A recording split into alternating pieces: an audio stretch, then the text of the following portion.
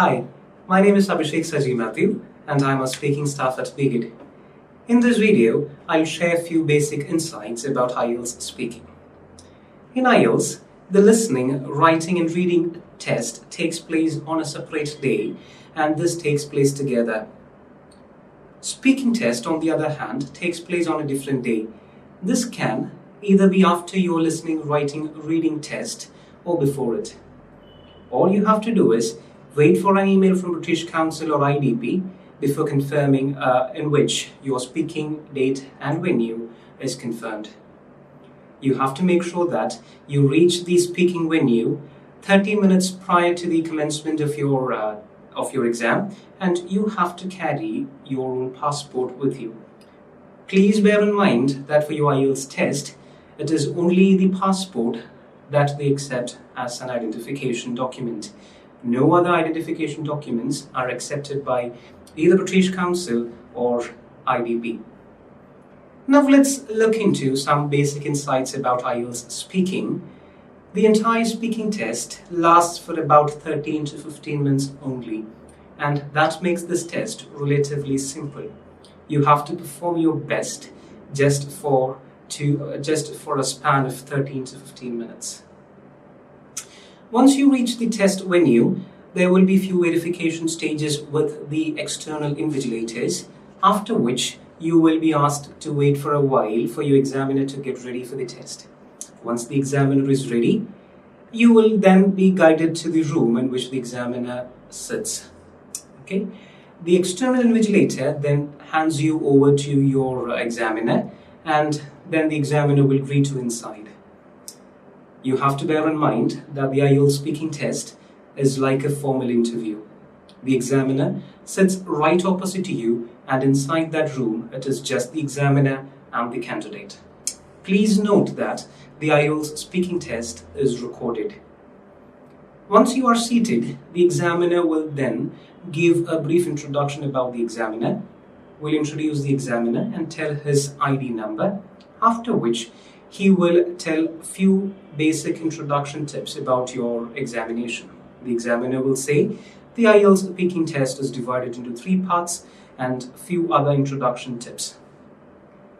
After which the examiner will ask you to state your name, and before you enter into the main part of your speaking test, there is this verification stage that you have to complete with the examiner. The examiner will first ask you to tell your name, and you have to tell your full name as mentioned in your passport. If you have any short forms, you have to expand that and state your name as mentioned in your passport. After this verification stage, the examiner will tell that your speaking test is about to begin, and the examiner will give you an introduction before each part. Now let's see how a speaking test happens and how the parts are divided. The entire speaking test, as I mentioned before, is divided into 3 parts, and before each part, the examiner will give you a brief introduction. So let's see what are the parts of the IELTS speaking test, and I will tell you how you can perform well in each part of your speaking test. The first part of your speaking test is called the warm-up session or the ice-breaking session. In this session, you can expect more or less personal questions. Majority of the questions in this part are either closely related to you or widely related to you. You have to be cheerful, try to maintain a positive atmosphere, and try to pass on a positivity to the examiner. It helps to maintain a friendly atmosphere with the examiner, and it also reflects your confidence level. Always remember that the warm-up session is the first part of your speaking test, and you might already be knowing the fact that first impression is the best impression. This particular part of your speaking test lasts for about 4 to 5 minutes, and it depends upon the examiner. Some examiners might find it, or some examiners might ask more questions in part 1, and some examiners more questions in part 3.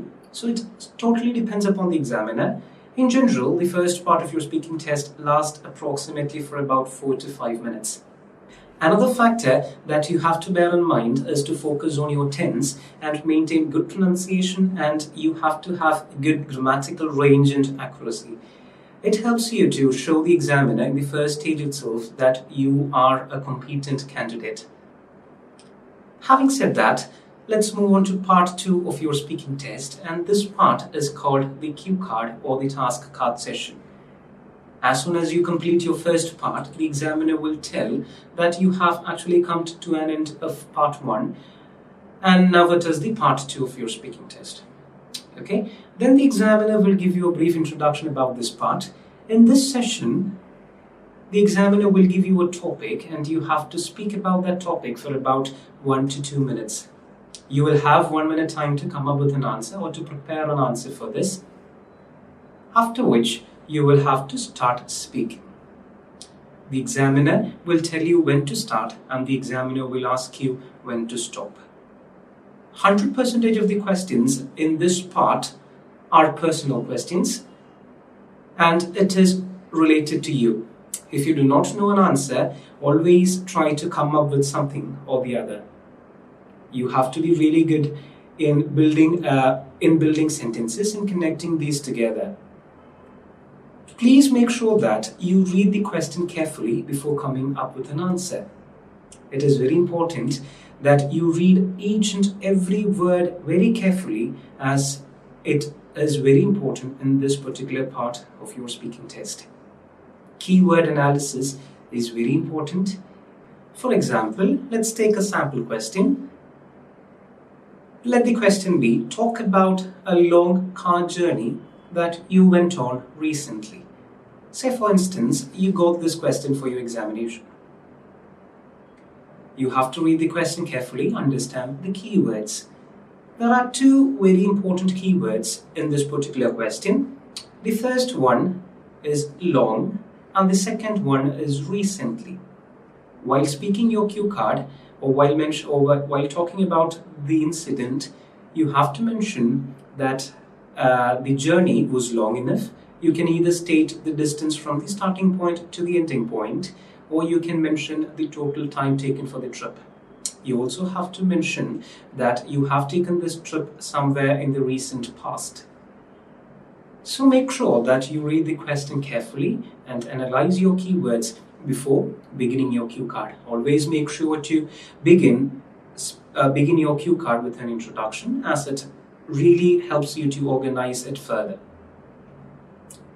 After your cue card session, the examiner will ask you to stop. The main challenge that you face in this particular part of your speaking test is the fact that you will not be allowed to look into the timer. You will have to bear in mind that it is the examiner who tells you when to start and when to stop. Please make sure that you speak till the examiner asks you to stop. After the session, then the examiner will tell you to please stop your answer, and then the examiner will give you a brief introduction about part 3 of your speaking test. The part 3 of your speaking test lasts for about 6 to 7 minutes, and majority of the questions in this part are general questions. 95% of the questions you can expect general questions, and 5% you can expect personal questions as well. This part is called the two-way discussion part, and the examiner will either ask you some questions based on your cue card, or the examiner can ask you entirely different general questions. Always try to elaborate your answer in this particular part of your speaking test, as it is very important for you to speak more. You can expect opinion-based questions, advantage, disadvantage-based questions, quality of a person or a profession-based question, and comparison and difference type of questions. It is very important for you to state an example. Try to come up with examples and make sure that you state a global example for a general question. When you get a general question, it is very important to broaden your perspective, to widen your horizon, and try to speak about things that happen in and around the world. Try not to confine the examples to yourself, and be positive again and try to give your opinion in this particular part of your speaking test. Having said that, that is the end of your speaking test. The examiner will even mention that you have come to an end to your speaking test. And as I mentioned in the beginning, it lasts for about 13 to 15 minutes. Now let's see the evaluation criteria of your speaking test. The four major factors of evaluation are fluency and coherence, grammatical range and accuracy, pronunciation, and lexical resource. Fluency and coherence evaluates how good are you in speaking English, and how good are you in organizing your answers, and you have to speak answers to the question asked. Please try not to deviate from your topic. If you deviate in any circumstances, your coherence will get a severe hit.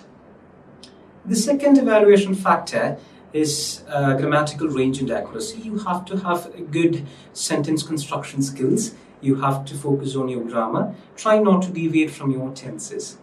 Third one is called pronunciation. You have to have good skills in pronunciation and try not to mispronounce a word.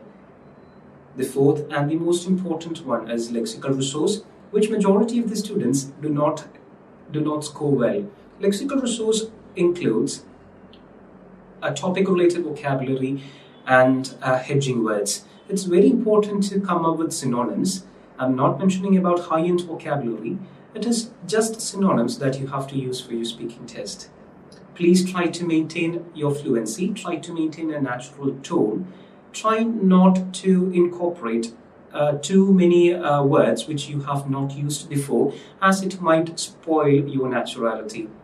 Be confident, be audible enough throughout the test. Make sure that the examiner understands that you are a competent candidate. Thanks a lot. I hope my tips were insightful to you. All the best for your exams. Thank you. Thanks a lot.